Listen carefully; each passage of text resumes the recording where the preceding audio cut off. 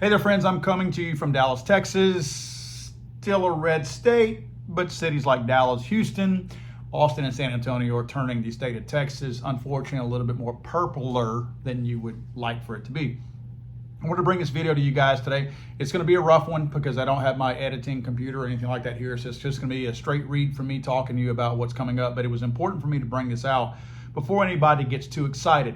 The Rifle Act has been introduced by members of the Senate, more specifically Tom Cotton of Arkansas.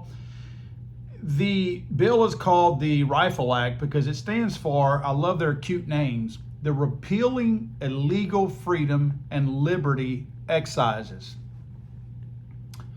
Sounds great, right?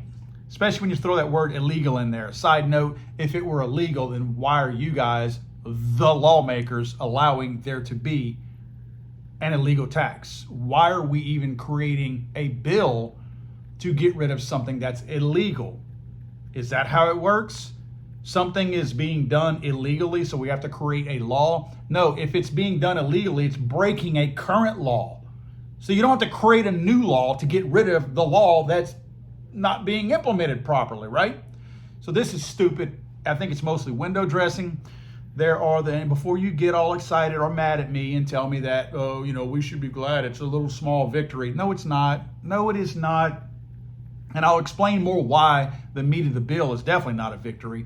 This is window dressing by Republicans who are going to try to roll into the election cycle acting like they're pro-Second Amendment.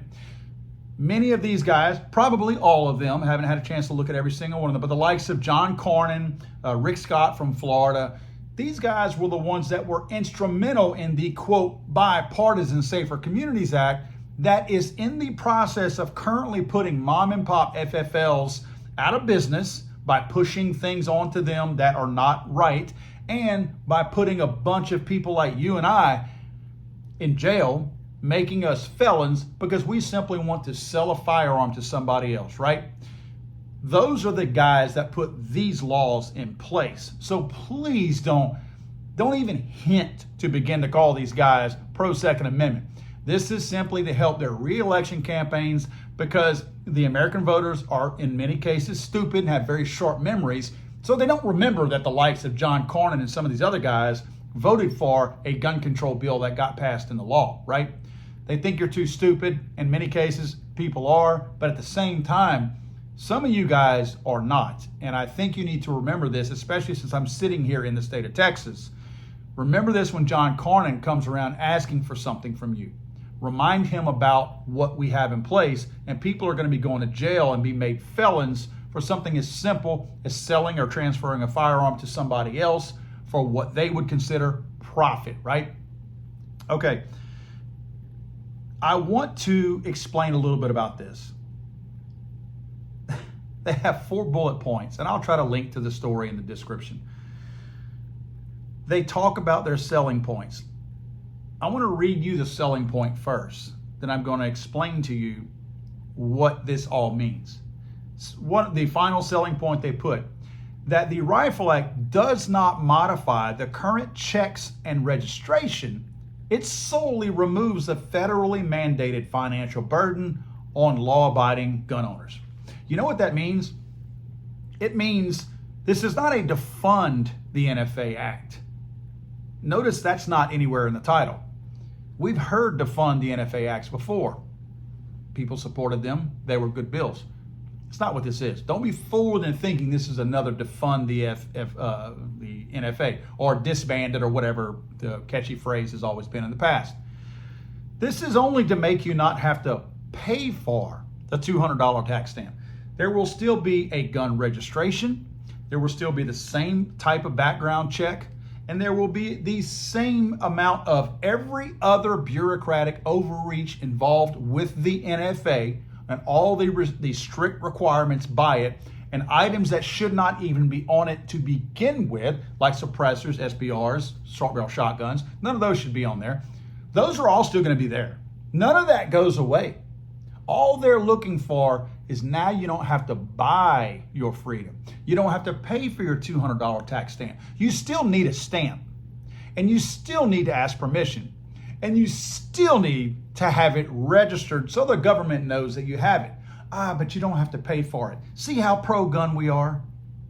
See how we're so pro-gun that we're going to allow the infringements to remain. Now you just don't have to pay for your infringements. I'm not sure that the sound of free infringement sounds any better than paid infringement. That's like one of the stupidest things that I've ever heard. So these guys are trying to push this thing through. Does it have a chance? Nope. They know it doesn't have a chance. This is their way again for window dressing purposes. And this is also a way for them to look at people like us and to get all these people at these types of conventions that we're going throughout the summer, different types of gun related conventions, and have everybody talk about this. Hey, did you hear about what John Cornyn is doing for the NFA or trying to do to the NFA? And people will automatically make that jump that, oh, they're trying to defund it or disband it, not reading the actual things in it. They're trying to convince Democrats that this is a good thing because all the checks remain in place. If they're floating anything, and this is how the Republicans do, they give and they give and they give, but they never get what they really want. But they're trying to use this bullet point that, hey, the illegal registration is still going to remain in place, guys. That's what they're saying behind doors. They're saying that, hey, all we're doing is not making the money off of it. But it's still going to give your infringement to the people out there that are being infringed upon.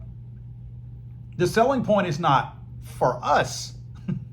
The selling point is for them.